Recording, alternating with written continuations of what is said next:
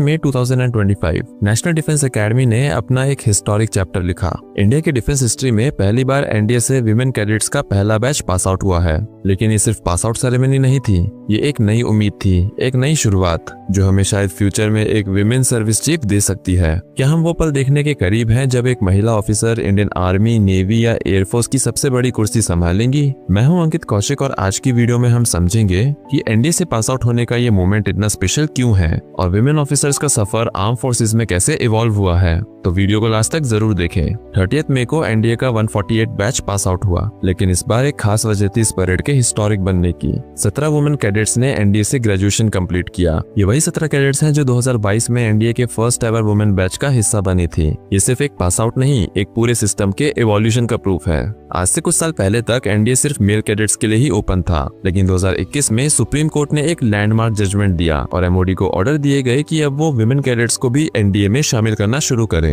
अगर हम हिस्ट्री देखें तो इंडियन मिलिट्री में महिलाओं का इंक्लूजन 1988 से शुरू होता है, जब ब्रिटिश ने मिलिट्री नर्सिंग सर्विस स्टार्ट की। 1958 में विमेन डॉक्टर्स को इंडियन आर्मी की आर्मी मेडिकल कोर में रेगुलर कमीशन मिलने लगा, लेकिन नॉन मेडिकल रोल्स के लिए 1992 तक विमेन अलाउड नहीं थी। 1992 में WSES यानी विमेन स्पेशल एंट्री स्कीम के जरिए विमेन ऑफिसर्स को सिलेक्टेड नॉन कॉम्बैट रोल्स जैसे इंटेलिजेंस, एजुकेशन, इंजीनियर्स, सिग्नल्स में शॉर्ट सर्विस कमीशन मिलना शुरू हुआ। 2008 में पहली बार कुछ स्ट्रीम्स में परमानेंट कमीशन मिलना स्टार्ट हुआ, जैसे कि जज, एडवोकेट जनरल और आर्मी एजुकेशन कोर। लेकिन इक्वालिटी की रियल फाइट तब शुरू हुई जब कोर्ट तक मुद्दा गया। 2020 में सुप्रीम कोर्ट ने एक हिस्टोरिक जजमेंट दिया कि विमेन ऑफिसर्स को कमांड रोल्स देना होगा और परमानेंट कमीशन डिनाई करना जेंडर स्टीरियोटाइप के बेसिस पर अनकॉन्स्टिट्यूशनल होगा। इस रूल ने विमेन ऑफिसर्स के लिए करियर के नए दरवाजे खोल दिए। आज तक एनडीए में टोटल 126 विमेन कैडेट्स एडमिट हो चुकी हैं, इंक्लूडिंग करंट बैचेस। एनडीए ने पहले ही अनाउंस कर दिया था कि ट्रेनिंग पूरी तरह जेंडर न्यूट्रल होगी। जो स्टैंडर्ड्स मेल कैडेट के लिए हैं, वही विमेन कैडेट्स के लिए भी अप्लाई होंगे।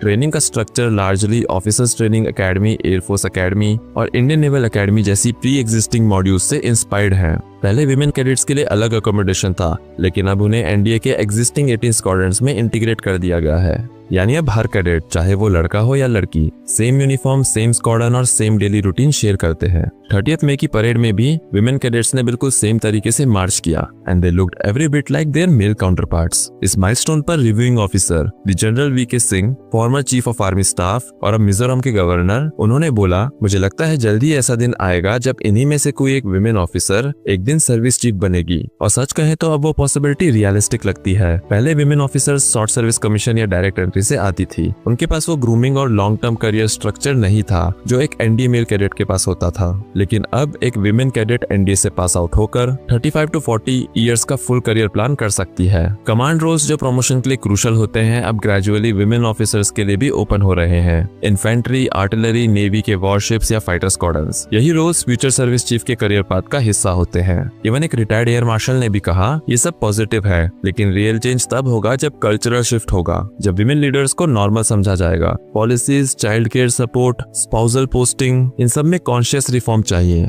बाकी आपको क्या लगता है, क्या हम आने वाले डिकेड्स में एक women army chief, navy chief या एयरफोर्स चीफ देखने वाले हैं? अपने थॉट्स कमेंट सेक्शन में जरूर शेयर करें। अगर आपको ये वीडियो पसंद आई है तो अपने दोस्तों के साथ जरूर शेयर करें। बाकी मिलते हैं अगली वीडियो में एक नए और इंटरेस्टिंग टॉपिक के साथ। जय हिंद।